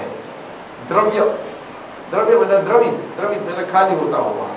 एक बर्तन भरा तो भरा हुआ बर्तन खाली होने का अंदर व्यवस्था है। तो अपने भरते वक्त हम थे तो अभी खाली होते वक्त जो भरते वक्त हम थे अभी नहीं रह पाते। अभी खाली होते वक्त खाली जो भरा हुआ उससे भर गया सारा जीवन का आयु कर्म का वो खाली हो जाता है। वो हम अलग है और उसमें हम नया मैं और मेरापन से भरते हैं। अभी समझ के वो चलती रहती है प्रयोग और आत्मा आत्मा ही रहता है। अभी ये मुक्ति मार्ग है, ये विज्ञान है पूरा। तो समय हो गया? अरे समय अभी हो गया। जो भी भाई तो अभी एक 100,000 के पहले भोजन करना चाहे और छोटे से तो भाई यहाँ सामने जैन सेवा संघ में आज महाप्रसादी का आयोजन किया गया है। उसमें मेरा कृपया बैठ जाए सब। हाँ, बहनों से निवेदन है कृपया बैठ जाए। दादाजी, मेरा एक प्रश्न है कि यहाँ पर हम अलग अलग तरह के पुण्यानुबंध के कुछ कार्य हम करते हैं। जैसे कोई हॉस्पिटल बनवाते हैं, कोई हॉस्पिटल में सेवा देती है, कोई जीवदया का कार्य करते हैं तो वो जीवों को बचाने का कार्य करते हैं। कई लोग शिक्षा के माध्यम से कुछ लोगों की सेवा करते हैं, कुछ लोग गरीब लोगों की सेवा करते हैं। इस तरह से अलग अलग करके हम पुण्य के कार्य करते हैं। तो ये कार्यों में अपने को, ये कार्य करने में अपने को तो एक तृप्ति मिलती है, अपने को आत्म शांति मिलती है ये कार्य करने से। तो ये शांति वास्तव में शांति है या अपने को और उससे कुछ आगे करके करना चाहिए जिससे कि अपन आत्मा के लिए और कुछ हम इसमें आगे बढ़ सके? इसके लिए मैं आपसे मैं विस्तार से इसका विवेचन चाहूँगा।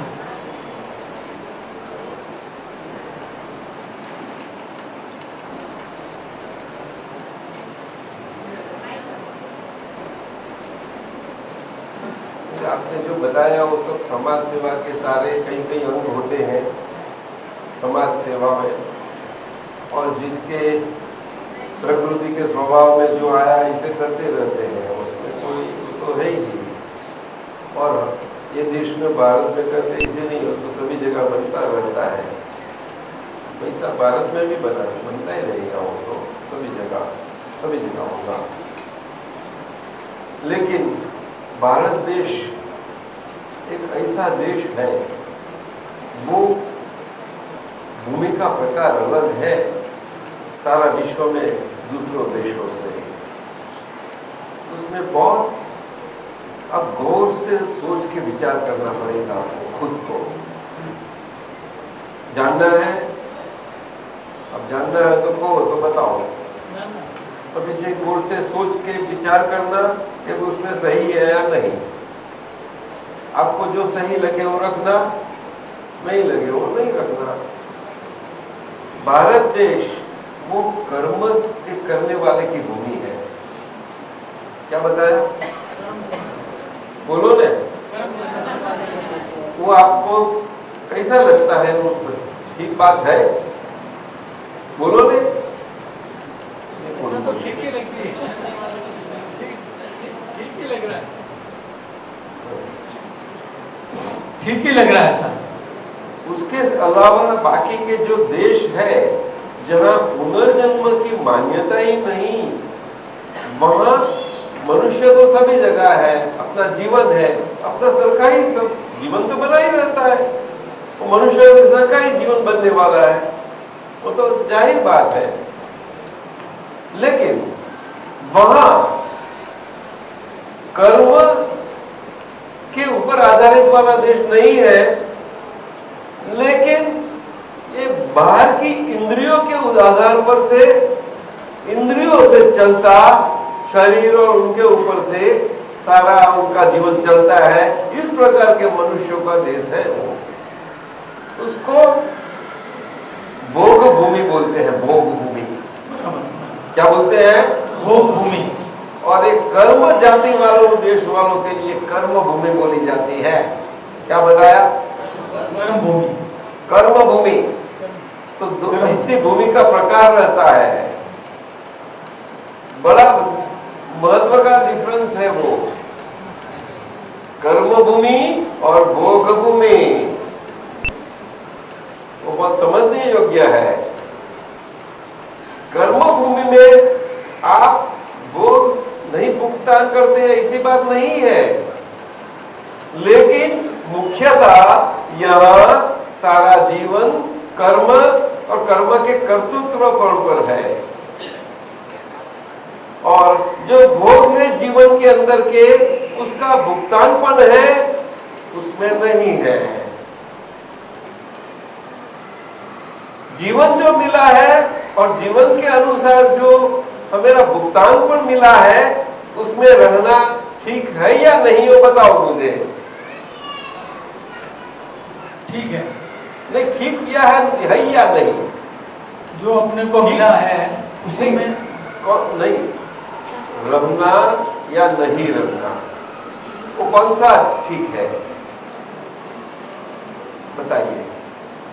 भुगतान के मुताबिक रहना या भुगतान के मुताबिक नहीं रहना? भुगतान के मुताबिक रहना है। तो नहीं रह पाएंगे, कर्म भूमि वाले नहीं रह पाएंगे।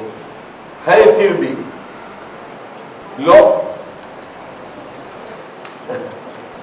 और वो लोग भुगतान जीवन में जो भुगतान पर मिला है उसी में ही है, तो पुनर्जन्म की मान्यता वहां नहीं। तो वहां भी क्रोध राग द्वेष तो होते रहते हैं, वहां भी क्रोधमान माया लोग तो होते रहते हैं, लेकिन अपने यहाँ कर्म के करने वाले उनके क्रोध के मान माया लोग जितने जुआन और हट्ठे कट्ठे है, ऐसे वहां नहीं है। वहां बच्चे लोग के क्रोध मान माया लोग होते हैं ना, ऐसे होते हैं। वो समझ में आया? बच्चे लोग कैसे रहते हैं? जो अपने मारवाड़ी भाषा में कहते हैं हलुकर्मा। नहीं, हलुकर्मा नहीं। देखो, अरे गलत बताया आपने। हलुकर्मा तो बहुत अच्छा ऊंचा पद है, वो तो बहुत ऊंचा। वो कर्म भूमि वालों को लागू होता है। को इतना वो मत नहीं, वो कर्म भूमि वालों को लागू होते हैं। किसको? वो कर्म कर्तृत्व वाले लोग हैं, उसमें कर्म कर्तृत्वपणा में हरूपणा आ गया। ऐसे लोग अभी नहीं समझे तो बात सही समझे तो उसका, नहीं तो ऐसा तो शास्त्रों से लेके आई तो चली नहीं चलता है साहब। ये बहुत ये शास्त्र की भाषा है, समझने योग्य है। ये ऐसी है कि अब अग्नि है और अग्नि आप हाथ में पकड़ के उसका अनुभव करने जाओ कि घर में नहीं देखूं, ऐसे बात करते हो। ऐसा मत, ऐसा नहीं किया। तो उसके साथ तो सीपीए लिस्ट क्या पूछता है? क्या आप बार बार चमचा बोलते हो उसको? चिमटा, तो चिमटा से पकड़ना चाहिए। पीछे ऐसा देखना चाहिए, गरम लगता है तो यहाँ गरम लगेगा, लेकिन हाथ को लगाएंगे जलेगा तो मालूम ज्यादा पड़ेगा। कोशिश वही समझने की कोशिश कर रहे हैं। ये कर्म भूमि और भोग भूमि में आकाश जमीन का फर्क है। भोग भूमि वाले जीवन का भुगतान बरोबर कर जीवन कर लेते हैं, लेकिन कर्म भूमि वाले हम जीवन का भुगतान कुछ कर पाते नहीं, मिला हुआ और अभी नहीं है हाथ में, वो जानते नहीं है, उसको इकट्ठा करने में लग जाते हैं और इकट्ठा क्या हुआ क्या नहीं वो तो मालूम ही नहीं कैसा करना। इसीलिए बताया कि व्यापार में धर्म होना, क्योंकि कर्म करने वाले हैं ना आप लोग, सभी लोग, हम आप लोग सब हम, इसीलिए वो धर्म रखना जरूर है। धर्म रखते हैं तो उसमें आप भरेंगे वो सही भरेंगे, सही भरेंगे तो उसकी भुगतान सही आएगी। भुगतान ऊपर से कहां से नहीं, बाहर से टपक जाती है, तो जो भरा है वही उसका भुगतान मिलता है। इसीलिए कैसी जैसी करनी वैसी भरनी, ऐसा बोले। समझते हैं? तो कॉलेज में करके क्या पढ़ते हैं आप लोग? यूनिवर्सिटी में पढ़ाते नहीं हो, शाला में कुछ पढ़ाते नहीं, जैन पाठशाला में भी नहीं पढ़ाते, नहीं साहब। समझते सोचते चीज है, जीवन क्या कीमत नहीं है उसकी, ज्यादा से ज्यादा कीमत है। समझना जरूरी है। इसीलिए आपका प्रश्न कि हम पुण्य का काम करते रहते हैं वो तो सही है, वो तो सब मानते हैं और करते रहते हैं, तो जैसा माने वैसा चलता रहता है। तो मानना ही चाहिए ना कि मैं पुण्य का काम करता रहता हूँ, वो ऐसा काम करके ऐसा तो उन्हें नहीं मानेगा कि मैं उल्टा काम कर रहा हूँ, वो सही बात है। लेकिन उससे शांति मिलती है बोलते हैं, वो तो जो उसको शांति अंदर से मिलते है वो एक खुद ही जाने दे, दूसरे बाहर वाले कैसे जानेंगे बताइए ना, नहीं जानेंगे। कौन देख दूसरे को देखा बताएगा? इसमें शांति तो हमको, तो हम जो करते हैं हमको तो थोड़ा शांति मिलती है। नहीं, आपकी बात नहीं करता हूँ, सामान्य बात है, एक कोई व्यक्ति की बात नहीं है। आपने जो प्रश्न तो सामान्य किया है कि आपके खुद के लिए किया? हाँ, सामान्य रूप से तो जवाब ऐसा ही होना। और हमेशा सामान्य बात करनी अच्छी है, किसी को बुरा तो न लगे। नहीं, अच्छी बात ऐसी होनी चाहिए ना, जो आदमी तो किसी को ऐसा नहीं होगा कि मेरे को एलिगेशन किया, ऐसा नहीं, और आप लोग केस नहीं कर पाएंगे, नहीं तो केस करवा लेंगे, आपको करवाएंगे। यार हमको तो बड़े लोग तो कोई बात नहीं करते, हमको तो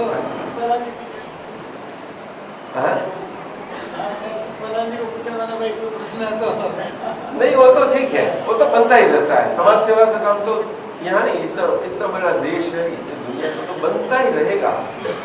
उसमें हम मानते हैं कि हम करते हैं इतना ही है, हम तो ये मानते हैं कि हम जो सेवा का जो कार्य कर रहे हैं वो एक समुद्र में बूंद के बराबर ही है, इसमें कोई तो बुराई नहीं है, क्योंकि पूरा संसार अपने कर्मों से कार्य करता है। पूरा संसार में जो भी लोग अपने कर्मों से जीते हैं, जिनका जैसा जैसा कर्म है उसके हिसाब से उनका जीवन तो जीना ही पड़ता है, चाहे पशु हो या प्राणी हो या कोई भी जीव मात्र हो। सबसे ऊंची सेवा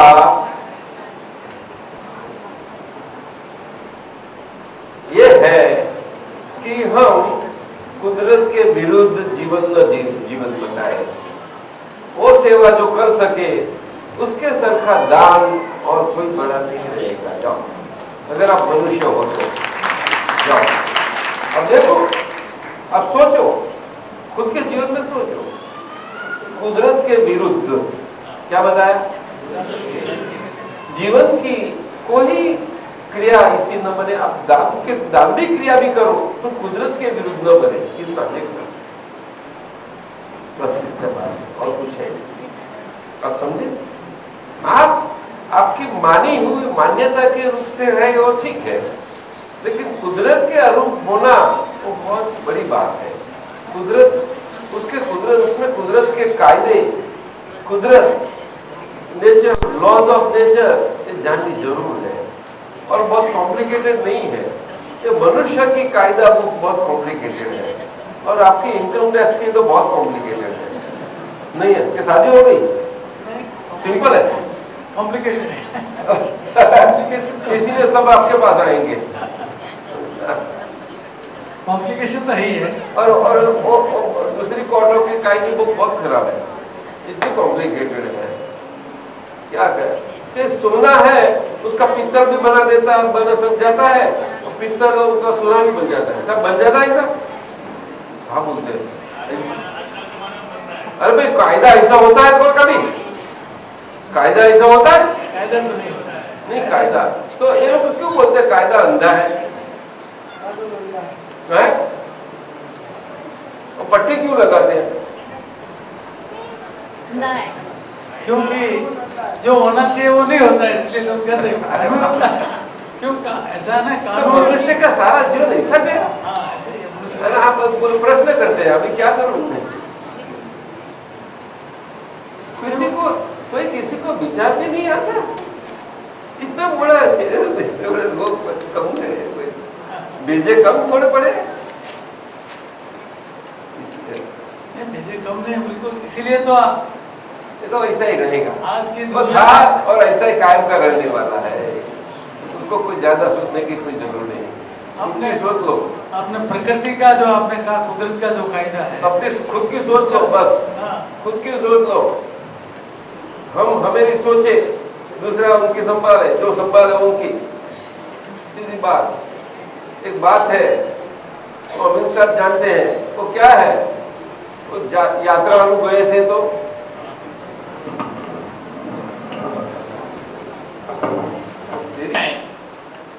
सब स्वयं पाकी थे। क्या थे? स्वयं पाकी। स्वयं पाकी समझते हैं ना, स्वयं पाकी खुद पकाने वाले, खुद का पकाने देने वाले। और यात्रा में तो ऐसा ही होता है ना। स्वयं पाकी माने स्वयं बनाते वो ही खाते, दूसरों का बनाया हुआ खाते नहीं। तो सब क्या करते कि उस समय वो ईंट होती, ईंट, उसके पर अपनी जो मिट्टी का बनाया हुआ बर्तन, वो जो माटली रख के मटकी, मिट्टी, इसमें मटका में चावल और दाल इकट्ठी करके खिचड़ी हो जाती ने, वो उसमें सब साथ लोग आ गए। अभी फिर से बताइए सब आस्ते आस्ते। अब तो थोड़े स्वयं पाकी, वो स्वयं पाकी थे माने कि अपने हाथ से रसोई बना के 2 मिनट अपने हाथ से रसोई बना के वो स्वयं उसका भोजन करते थे।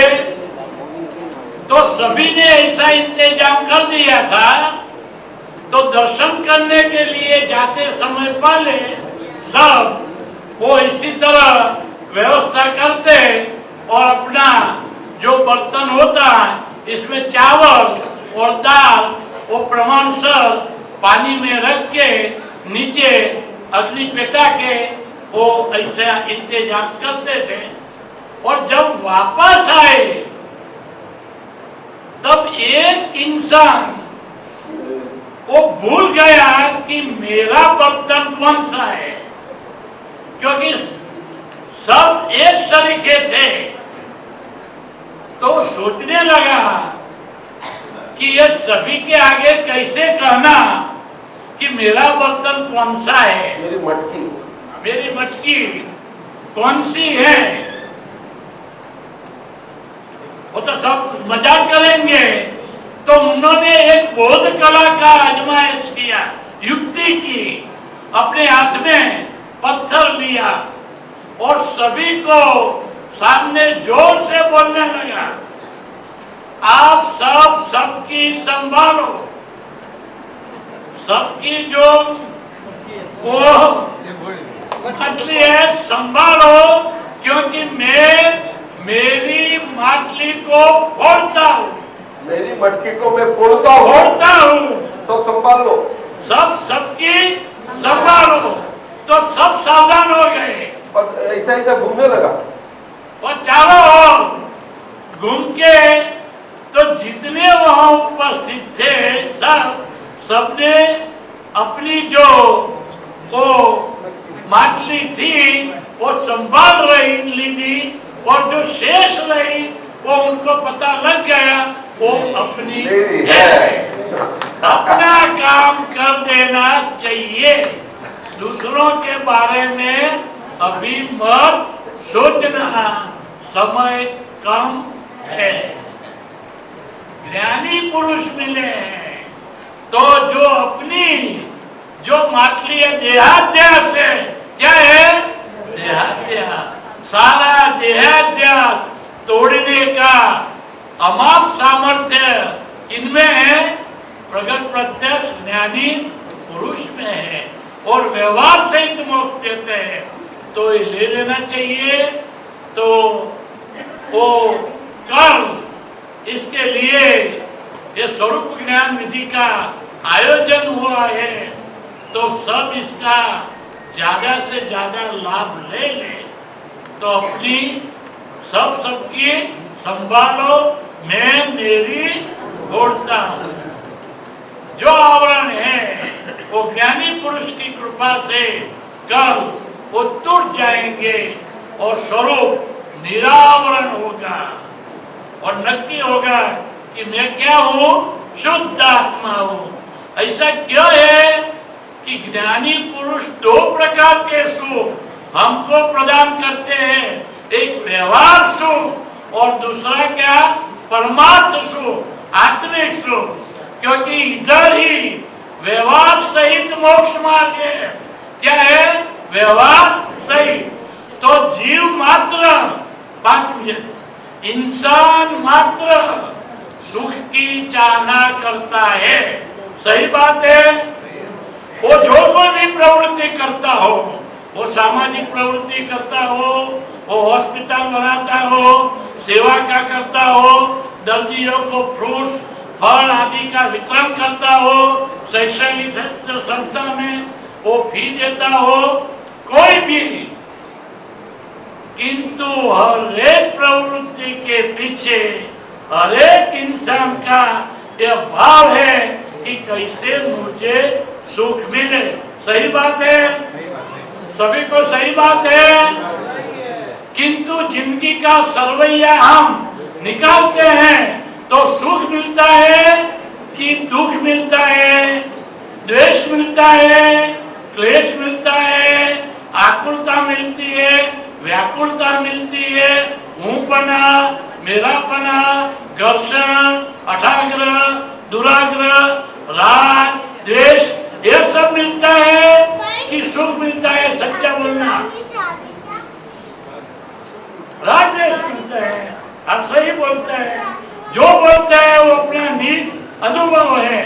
हम सुख की तलाश में हैं और मिलता है क्या, राग द्वेष, जिसका नतीजा आत्यंतिक दुख ही है। तो ज्ञानी पुरुष इसका सही रास्ता बताते हैं। क्या इसका सही रास्ता? ज्ञानी पुरुष का कहने का है कि अगर आपको सुख नहीं चाहना हो, अगर आपको सुख नहीं चाहना हो तो दूसरों को सुख देने का अभी नक्की कर दो। कुदरत में इसका वावेतर करना, ये कुदरत का सिद्धांत है, ये कुदरत का सिद्धांत है, समझो। कुदरत का कानून है कि हम आम्रवृक्ष की गोटली लगा दे धरती में और इसी तरह से इसका पोषण करें तो हमको कई केरी अमृत फल मिलेंगे, और बबूल का हम बोएंगे तो हमको क्या मिलेंगे, बबूल मिलेंगे। कुदरत का वो कानून है कि आपको जो इच्छा हो वो उसका वावेतर करना। तो दूसरों को अगर सुख देने का आप अभी नक्की करेंगे सही हृदय से, तो अपना सारा हृदय सुखमय हो जाएगा। ये ज्ञानी पुरुष का बताया हुआ मार्ग है। ये दान का सिद्धांत है, दान। हाँ, दान का, तो आज कुदरत का। तो आज आप सब एक आवाज से बोलना, आज हम भीतर से नक्की करते हैं कि परिवार में घर में परस्पर एक दूसरे को एक पक्ष से माने कि सामने वाला गाली दे फिर भी हम एक पक्ष से उनको सुख ही देंगे, शांति ही देंगे, प्रसन्नता ही देंगे, हृदय का भीतर का विशुद्ध प्रेम ही देंगे, सुविधा ही देंगे। ये नियत करते ही कुदरत का कानून है। ये मनुष्य शरीर में इसकी सत्ता है। अन्य कोई शरीर में देवताओं के शरीर में भी ये सत्ता नहीं है। इसको भाव सत्ता कहते हैं। क्या कहते हैं? तो मात्र मनुष्य शरीर में ही ये सत्ता है, किंतु किसी भी मनुष्य को यह सत्ता का सही अर्थ में पता नहीं है, सिर्फ ज्ञानी पुरुष को ही।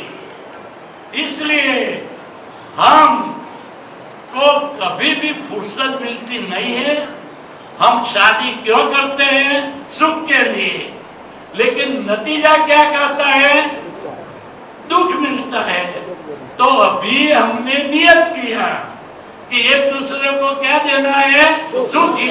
ऐसा नक्की करते ही भीतर ऐसी मशीनरी है कि मन और आत्मा में क्या फर्क है, ऐसा इधर प्रश्न हुआ था।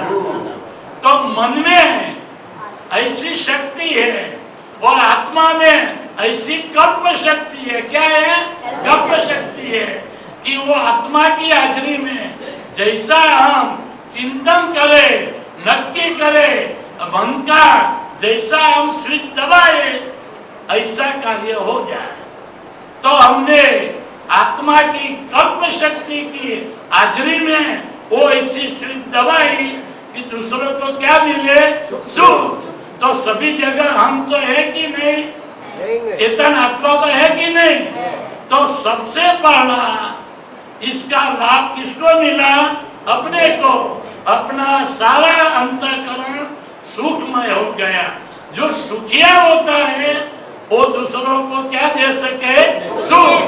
सही अर्थ में इस काल में आदमी सब कहलाती हुई, मन की मानी हुई सेवा की प्रक्रिया प्रवृत्तियों करता है, फिर भी सही अर्थ में सुख और शांति घर वाले को नहीं देता है। जिनको हम सुख और शांति देने के लिए पूर्व के लेन देन के हिसाब के नाते से घर में लाए हैं, उनको सब चीज देते हैं, लेकिन सुख नहीं देते। बात सही है? सही है कि नहीं? रुकने से बोलते हैं नहीं? सही है। दूसरों को देखो जरा गौर से, ज्ञानी पुरुष ने ये रास्ता दिखाया और दूसरों को सुख देना। आप धर्म किसको कहेंगे? एक वाक्य में जवाब देना, धर्म किसको कहेंगे? आप तो बड़े धर्मी हैं, अरुकर्मी हैं और मोक्षार्थी हैं, मुमुक्षु हैं। धर्म किसको कहेंगे? एक ही वाक्य में, क्योंकि समय कम है। दूसरों को जोर से बोलो। तो धर्म क्या है? दूसरों को दुख देना वही अधर्म है। अपने को पहले सुख देना और इस नक्की करने से अपने नजदीक में जो है उसको सुख मिलता है, वो मानव धर्म है। और जब से इंसान ने दूसरों को सुख देने का नक्की किया, तब से ही धर्म की शुरुआत हुई, वरना नहीं हुई है। तो समझ में आ गया धर्म किसको कहते हैं, तो पुण्य किसको कहते हैं, बोलिए। दूसरों को सुख देना वो क्या है, पुण्य है। तो पाप किसको कहते हैं, दूसरों को दुख देना वो पाप है। तो दूसरों को सुख देते देते स्वयं क्या हो गए, सुखमय हो गए।